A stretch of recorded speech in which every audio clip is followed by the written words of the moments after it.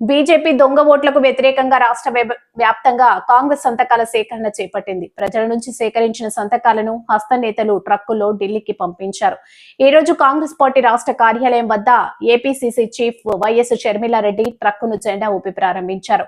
Vote చోర్ గద్దీ చోర్ అంటూ నినాదాలు చేశారు. ఈ సందర్భంగా షర్మిల మాట్లాడారు. హై వోల్టేజ్ హైడ్రోజన్ బాంబ్ లాంటి నిజాన్ని పేల్చడం జరిగింది. ఇది మోడీ గారి మోసం మీద పేల్చిన బాంబు. ఇది ఈసీఐ చేస్తున్న దగా మీద పేల్చిన బాంబు. రాహుల్ గాంధీ గారు ఒక్కొక్కటిగా తీగలాగుతున్నారు.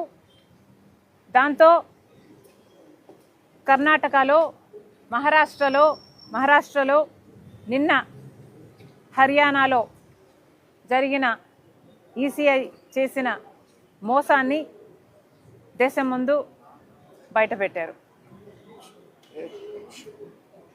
నిన్న చాలా వివరంగా రాహుల్ గాంధీ గారు ఒక ప్రెజెంటేషన్ని దేశ ప్రజల ముందర పెట్టడం జరిగింది. దాంట్లో హర్యానాలో 25 లక్షల ఓట్లని ఈసీఐ బీజేపీకి అనుకూలంగా అవుట్కమ్ మారడానికి ఒక దగా చేసినట్టు రాహుల్ గాంధీ గారు దేశం ముందు ఈ నగ్న సత్యాన్ని పెట్టడం జరిగింది. 25 లక్షల దొంగ ఓట్లు అంటే హర్యానాలో మొత్తం ఉన్నదే 2 కోట్ల ఓట్లయితే దాంట్లో 25 లక్షల ఓట్లు దొంగ ఓట్లే. అంటే 8 మంది ఓటర్లకు ఒక ఓటు దొంగ ఓటు. ఎంత ఆశ్చర్యం! అసలు హర్యానాలో పోల్ అయింది బీజేపీకి, కాంగ్రెస్ పార్టీకి ఓట్ షేర్ చూసుకుంటే రెండిటికి పెద్ద తేడా లేదు. బీజేపీ పార్టీకి 55,48,000 చిల్లర ఓట్లు పోలైతే కాంగ్రెస్ పార్టీకి పోలయ్యింది 54,30,000 చిల్లర.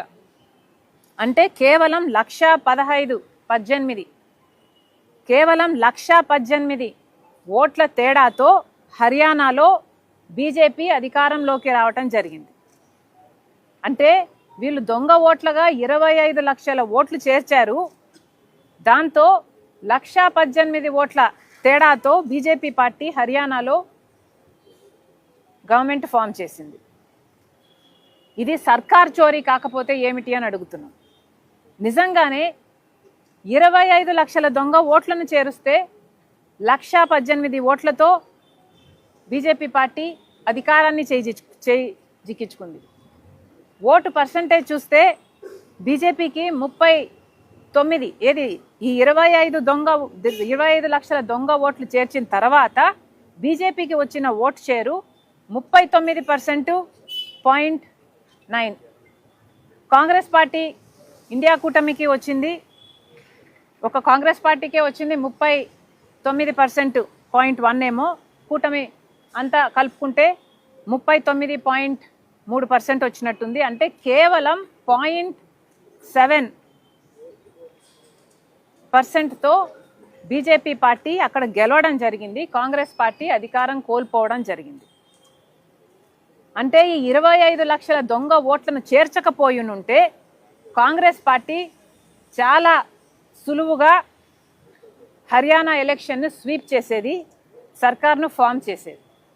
కేవలం 25 లక్షల దొంగ ఓట్లని చేర్చారు కాబట్టే హర్యానాలో బీజేపీ పార్టీ సర్కార్ని ఫామ్ చేయగలిగింది మోసం చేసి. ఇంత అన్యాయం జరిగింది హర్యానాలో ఎగ్జిట్ పోల్స్ మొత్తము కాంగ్రెస్ పార్టీ అధికారంలోకి వస్తుంది అని చెప్పిన తర్వాత కూడా ఈ మోసానికి మాత్రమే, కేవలం ఈ మోసం కారణం చేత మాత్రమే బీజేపీ పార్టీ అధికారం చేజిక్కించుకుంది. ఇది మన దేశంలో జరుగుతున్న వాస్తవ పరిస్థితి. ఓట్ చోరీ ఎలా జరుగుతుంది, అసలు సర్కార్ చోరీనే ఎలా జరుగుతుంది, ఒక్కొక్క రాష్ట్రాన్ని బీజేపీ పార్టీ ఎలా దోచేసుకుంటుంది అన్న విషయాన్ని నిన్న రాహుల్ గాంధీ గారు దేశ ప్రజల ముందర పెట్టడం జరిగింది. నిజానికి మన దేశంలో చూసుకుంటే ఓటు అనే ఒక్క దగ్గర మాత్రమే పేదవాడికి ధనవంతునికి కూడా సమానంగా ఉన్న ఒకటే చోట సమానత్వం ఎక్కడైనా మన దేశంలో పేదవాడికి ధనవంతునికి ఉంది అంటే అది ఒక్క ఓటు దగ్గర మాత్రమే. కానీ ఇప్పుడు ఆ అవకాశం కూడా లేకుండా చేస్తున్నారు.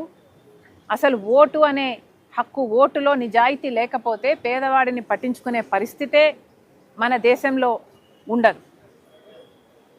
అలాంటి ఓటుని కాపాడాల్సిన బాధ్యత ఎలక్షన్ కమిషన్ ఆఫ్ ఇండియా. కానీ ఎలక్షన్ కమిషన్ ఆఫ్ ఇండియా ఇంపార్షియల్గా స్వేచ్ఛగా జరపాల్సిన ఎన్నికలను కాస్త హైజాక్ చేసి బీజేపీ ఎలక్షన్ ఏజెంట్గా ఈరోజు ఎన్నికల కమిషన్ మారిపోయింది.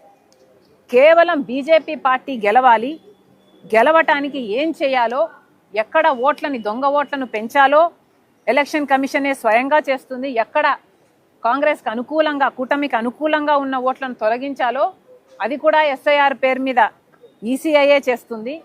ఇలా ఒక్కటి కూడా నిజాయితీగా నీతిగా ఉండాల్సిన ఈసీఐ ఒక్క విషయంలో కూడా ప్రజల పక్షాన, ప్రజాస్వామ్యం పక్షాన నిలబడకుండా ఈరోజు బీజేపీకి సొంత ఆర్ఎస్ఎస్ లాగా ఎలా పనిచేస్తుందో బీజేపీకి ఈసీఐ కూడా అలా పనిచేస్తుంది. ఇప్పటికే మన దేశంలో మొత్తం అన్ని వ్యవస్థలను బీజేపీ తమ గుప్పిట్లో ఉంచుకుంది, తమ చెప్పు చేతుల్లో ఉంచుకుంది.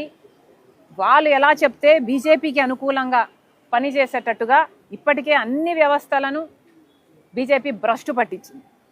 ఇన్కమ్ ట్యాక్స్ అయితేనేమి, ఈడీ అయితేనేమి, సిబిఐ అయితేనేమి, ఆఖరికి ఆర్బీఐ అయితేనేమి, స్టాక్ ఎక్స్చేంజ్ అయితేనేమి, ఇలా ఒకటి కాదు రెండు కాదు అన్ని వ్యవస్థలను బీజేపీ భ్రష్టు పట్టించడం కాకుండా ఇప్పుడు ఈసీఐ కూడా ఆ జాబితాలో చేరిపోయింది. ఇక మన దేశంలో ప్రజాస్వామ్యం మిగులుతుంది అని అనుకోవాలా? ఇలా ఒక్కొక్క చోట ఓట్ చోరీ జరుగుతూ, సర్కార్ చోరీ జరుగుతూ పోతే ఇక మన దేశంలో